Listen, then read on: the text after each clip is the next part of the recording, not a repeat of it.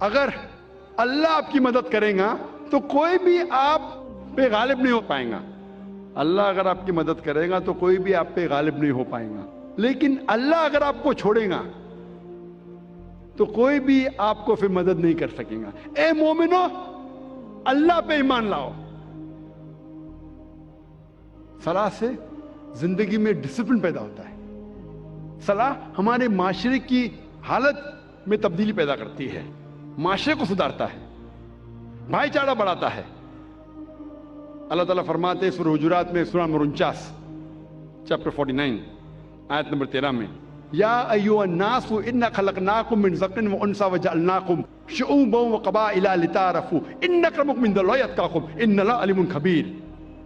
اے انسانوں، ہم نے تمہیں ایک مرد اور عورت کے جوڑے سے پیدا کیا ہے اور تمہیں تقسیم کیا ہے قبائل میں، گروہ میں، تاکہ آپ ایک دوسرے کو پہچان سکو، نہ کہ آپ ایک دوسرے سے نفرت کریں. صلاح میں 5 وقت کم از کم بھائی چارہ بڑھتا ہے. جیسے میں نے کہا تھا، ہم جب صلاح کے لیے کھڑے ہوتے ہیں جماعت میں، ہمارا کاندھا ہمارے بازو والے کاندھے سے لگنا چاہیے، ہمارے پیر بازو والے پیر سے لگنا چاہیے.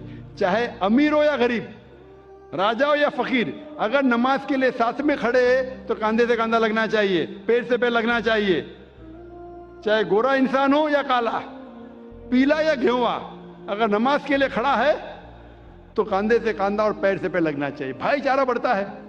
اللہ تعالیٰ فرماتے ہیں قرآن مجید میں، سورہ ھمزہ میں، سورہ نمبر 104 آیت نمبر 1 میں، وَيْلٌ لِّكُلِّ ہُمَزَةٍ لُمَزَةٍ، لعنت ہے ہر قسم کے غیبت کرنے والوں پر. اللہ تعالیٰ فرماتا ہے سورہ حجرات میں، سورہ نمبر 49 آیت نمبر 11 اور 12 میں، کہ آپ میں سے آدمیوں کا ایک گروہ دوسرے پہ ہنسنا نہیں چاہیے. ہو سکتا ہے کہ وہ لوگ آپ سے بہتر ہے. آپ لوگوں میں سے ایک خواتین کا گروہ، عورتوں کا گروہ دوسرے پہ ہنسنا نہیں چاہیے. ہو سکتا ہے کہ وہ آپ سے بہتر ہے. آپ ایک دوسرے کو غلط نام سے مت بلاؤ، برے نام سے مت بلاؤ، ایک دوسرے پہ شک مت کرو. کئی بار شک گناہ ہے. ایک دوسرے کے بارے میں پیٹھ پیچھے غیبت مت کرو. کیا آپ اپنے بھائی کا مرا ہوا گوشت کھانے کے لیے تیار ہے؟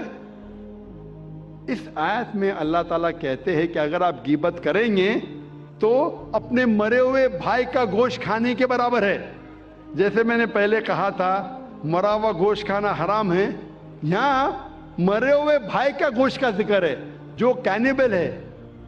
کینیبلز مطلب جو انسان دوسرے انسان کو کھاتے ہیں، اسے کہتے ہیں انگریزی میں کینیبل. کینیبل بھی دوسرے انسان کو کھاتا ہے لیکن اپنے بھائی کو نہیں کھاتا.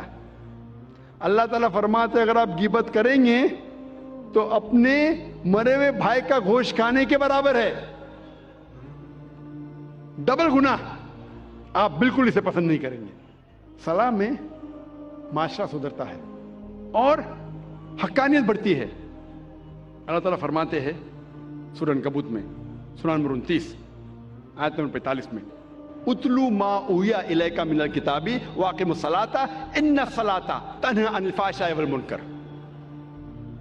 وہ آیت کی تلاوت کرو جو اللہ نے نازل کیا اس کتاب میں، اور صلاح قائم کرو. بے شک صلاح فاحشی اور برے کام سے روکتی ہے. اللہ تعالیٰ فرماتے ہیں سورہ اسراء میں، سورہ نمبر 17 آیت نمبر 81 میں، وَقُلْ جَاءَ الْحَقُّ وَزَهَقَ الْبَاطِلُ إِنَّ الْبَاطِلَ كَانَ زَهُوقًا.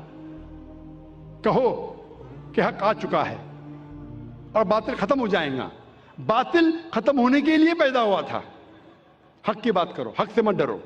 اللہ تعالیٰ فرماتے ہیں سورہ بقرہ میں، سورہ نمبر 2 آیت نمبر 42 اور 43 میں، کہ آپ حق کو جھوٹ سے مت بدلو، اور جب آپ حق کو جانتے ہیں تو حق کو مت چھپاؤ. نماز قائم کرو اور زکوٰۃ دو.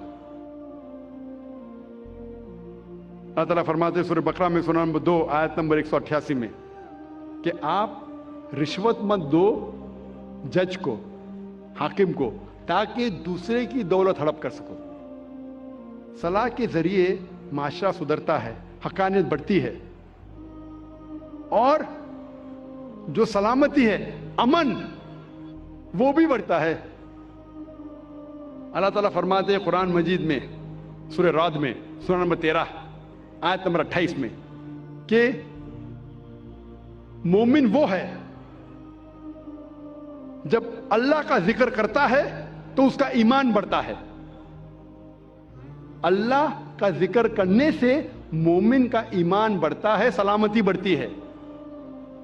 اور اللہ تعالیٰ فرماتے سورہ بقرہ میں سورہ نمبر 2 آیت نمبر 153، جو آج پروگرام شروع ہونے کے پہلے جو قاری نے اس آیت کی تلاوت کی تھی، اور اللہ تعالیٰ فرماتے وَاسْتَعِينُوا بِالصَّبْرِ وَالصَّلَاةِ إِنَّ اللَّهَ مَعَ الصَّابِرِينَ، کہ اللہ کی مدد مانگو صلاح اور صبر کے ساتھ، بے شک اللہ صبر کرنے والوں کے ساتھ ہے۔